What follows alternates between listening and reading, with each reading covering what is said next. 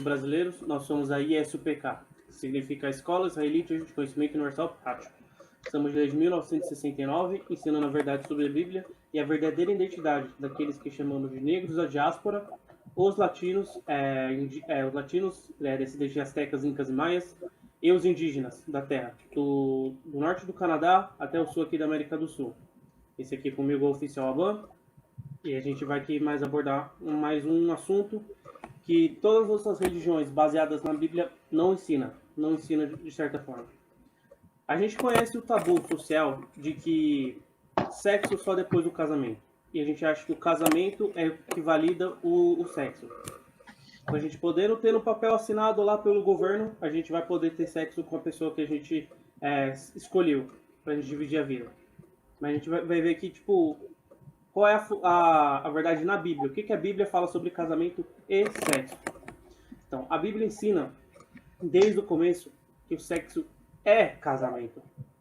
Os casamentos antigos na Bíblia, eles não iam pedir para o governo, ninguém pedia para César, falar, oh, por favor, assina um papel aqui para eu ter minha esposa. Não. O casamento do Senhor, o casamento natural, o que torna duas pessoas a mesma carne é o sexo. E a partir do sexo é que começa o casamento. E como a gente não fala as coisas da nossa cabeça, a gente vai aqui tratar com escrituras. Então, por favor, Oficial Ban, se a gente poder começar em Gênesis, no capítulo 24, versículo 67. Sim, esse é o livro de Gênesis, capítulo 24, versículo 67. Isaac a levou para a tenda de Sara, sua mãe, e tomou Rebeca, e ela se tornou sua esposa. Ele a amou, e Isaac foi confortável após a morte de sua mãe. Tá. Então, senhor. Então aqui a gente vê que não teve uma cerimônia, não teve uma festa. Isaac não precisou de testemunha, não precisou de um padre, não precisou de um certificado. O que aconteceu para Rebeca se tornar esposa de Isaac? Isaac a levou para a tenda e tomou Rebeca. Então esse tomar Rebeca, esse deitar com ela, esse é o casamento. É isso que oficia o casamento, a união de duas pessoas numa carne só, de acordo com o Altíssimo, de acordo com a verdadeira lei, que é a lei da Bíblia. Então você não precisa de festa, você não precisa separar 20 mil reais para uma cerimônia, você não precisa de nada. O sexo é o próprio casamento. Então esse papo de sexo só depois do casamento não existe, porque o casamento só acontece, só se firma no sexo. Ele começa no sexo. Mas então, isso não só diz que você não precisa de cerimônia, nem todo esse festival, nem nada, mas também mostra que não existe sexo casual. Eu vou repetir de novo. Não existe sexo casual. Certo. Todo sexo é o firmamento, é o casamento. Está certo. Então você tem que pensar duas vezes antes de você ficar com qualquer pessoa, falar, tô com vontade de transar, vou numa balada, vou fazer isso, isso e aquilo, eu vou com qualquer um mesmo, que se importa, eu vou no puteiro, eu vou aqui, eu vou ali. Sexo é casamento. Então toda vez que você faz sexo com alguém, você está firmando a sua alma na alma da pessoa. Vocês estão se tornando uma carne só. E não existe divórcio também. Você só pode se divorciar de uma mulher por conta de um adultério. Mas fora isso, ela é sua. Ela é sua pra sempre. Então antes de você querer só satisfazer sua carne, só ter mais um lance, só pegar quantas pessoas você pode para satisfazer suas vontades, você tem que ter consciência do que você está fazendo. E provas na vida real de como isso é verdade. O que acontece se você transa com muitas pessoas? Você pega doença, você pega HIV, você pega gonorreia, você pega as piores coisas possíveis. Por quê? Porque você está saindo da lei do Altíssimo. Porque a própria vida, a própria nossa biologia, quando a gente não faz a coisa justa, a coisa de acordo com a vontade do Criador, então a própria biologia se volta contra a gente. Então a gente pega a doença quando a gente não honra o casamento. E o sexo é casamento.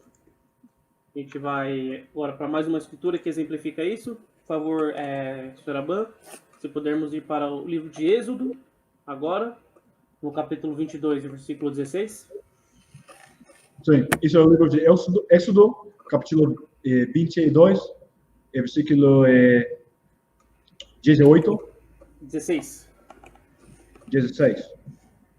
Um minuto. Se o seu pai completamente se recusar a zelar, ele pagará em dinheiro conforme o dote das virgens. Perdão, senhor, isso é Êxodo 22, 16? 16, desculpa. Esse é o momento de seduzir uma virgem que não é desposada. Esse deitar com ela, ele certamente dotará e tomará por sua esposa. Ou seja, se um homem seduzir uma virgem que não é desposada. O que significa desposada? Ela não está de interesse com outro homem. Ela não está já comprometida em conversa. Tem ninguém, ela está solteira. É ela e ela mesma. Não tem nenhum cara que está tipo, sempre ali perto dela, tentando seduzir ela também. Não foi desposada, você chega e você seduz ela. Manda no WhatsApp, seja isso, seja aquilo, o que for. Quando você seduzir ela e se deitar com ela, ele certamente adotará e tomará por sua esposa. De novo, a Bíblia é clara. Certamente tomará por esposa. E qual é o ato de tomar ela como esposa? Se deitar com ela. Então aqui deixa claro como água que o sexo é casamento. Você se deita com a mulher, ela é sua esposa. Você não precisa acreditar em mim, você não precisa acreditar no Aban. Se você acredita na escritura, tá claro. Um minuto, por favor. Uma virgem no Éxodo capítulo 22, versículo 16. Uma virgem é uma mulher em idade de casar, casada ou não casada, entende? Não tem nada a ver com fazer sexo, entende? Isso é a mentira da Igreja Católica. Desculpa, oficial Pacaial. Câncer, perfeito. Que aí exemplifica que a Bíblia não é redundante. Não fala que é virgem e que tem que ser desposada. Porque se virgem significasse na Bíblia o que significa pra gente, no dia a dia, é óbvio que ela ia ser desposada, porque ela não teve ninguém. Agora, uma mulher casada ou não, de acordo com a verdade, com a origem das palavras da Bíblia, se ela for da idade certa para casamento, então a gente a chama na nossa cultura hebraica de virgem. Então tem que ser uma virgem da idade certa, seja desposada. Então ora, senhor. Agora, se pudermos ir para o livro de Deuteronômio, no capítulo 22, versículo 28. Sim, isso é o livro de Deuteronômio, capítulo 22, versículo 28. Se um homem encontrar uma donzela que é uma virgem, que não é prometida e a tomar e se deitar com ela, e eles porém encontrados, versículo 29. Então, o homem que se deitou com ela dará ao pai da donzela 50 ciclos de prata. E ela será sua esposa, porque ele a humilhou. Não poderá despedi-la em todos os seus dias. Então, olha, senhor. Então, aqui a gente vê, completando o que a gente leu no último versículo. Se o homem encontrar uma donzela, que é uma virgem na idade, e que não é prometida, se vir significa, de novo, se vir significa hoje em dia, não precisar falar virgem e não prometida na mesma frase, ser redundante. Mas uma virgem da idade de casamento, que não é prometida, e a tomar e se deitar com ela. Então, de novo, o deitar com ela é o casamento.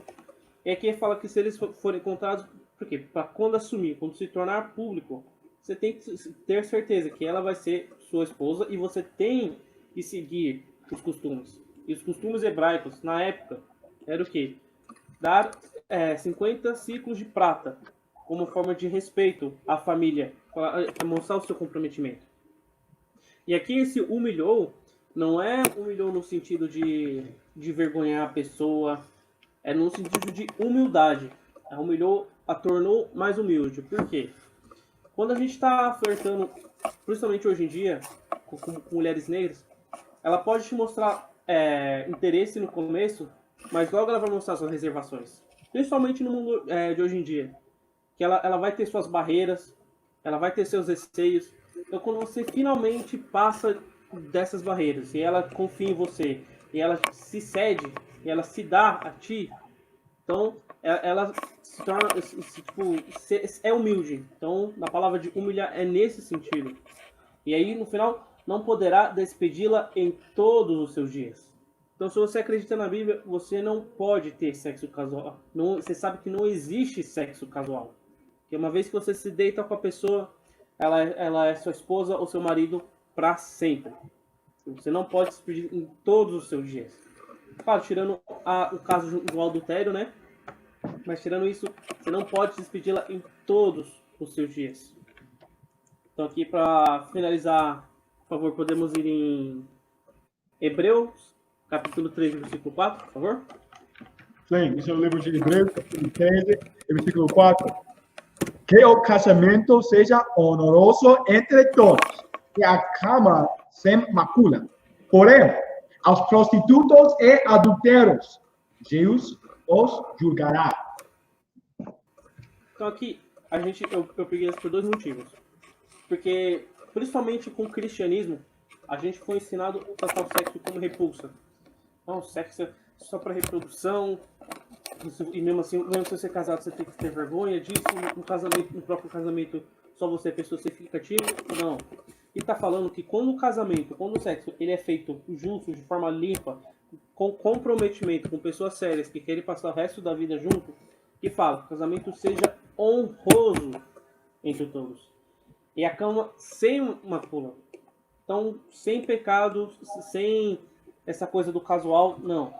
Quando é o sexo de verdade, quando é o casamento de verdade, ele é honroso. Você não tem que ter vergonha disso. Agora, os prostitutos e adúlteros, Deus os julgará. Então, você que faz sexo casual, Deus te julgará. Que é o que a gente falou das doenças. A gente falou de tantas coisas, você acabar sendo infeliz, você acabar não conseguindo se relacionar com outras pessoas. Então, aqui mostra a importância de você saber que sexo é casamento, não tem distinção entre os dois. Um e o outro são a mesma coisa, e por isso você tem que tratar o sexo com todo o respeito e pensar: você quer fazer sexo com a pessoa? Ok. Você quer passar a sua vida inteira com ela? Não. Então você não quer fazer sexo com essa pessoa. E sexo é casamento. E com isso eu gostaria de encerrar por hoje no assunto. Agradecer ao oficial Aban pela leitura e pelos ensinamentos. Nós somos, mais uma vez, Escola Israelita de Conhecimento Universal Prático, desde 1969, ensinando que negros, latinos e indígenas são a verdadeira nação de Israel. Eu muito obrigado, oficial Gayala. Tudo o que este irmão está dizendo está correto. É melhor você ouvir esse irmão, o oficial Gayala.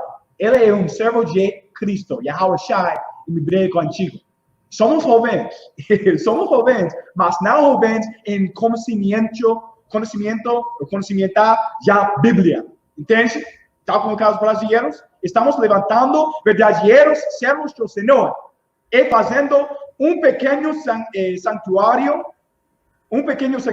neste inferno chamado Brasil. Ou isso ficar é a casa de verdade. Shalom. Shalom. ISUPK.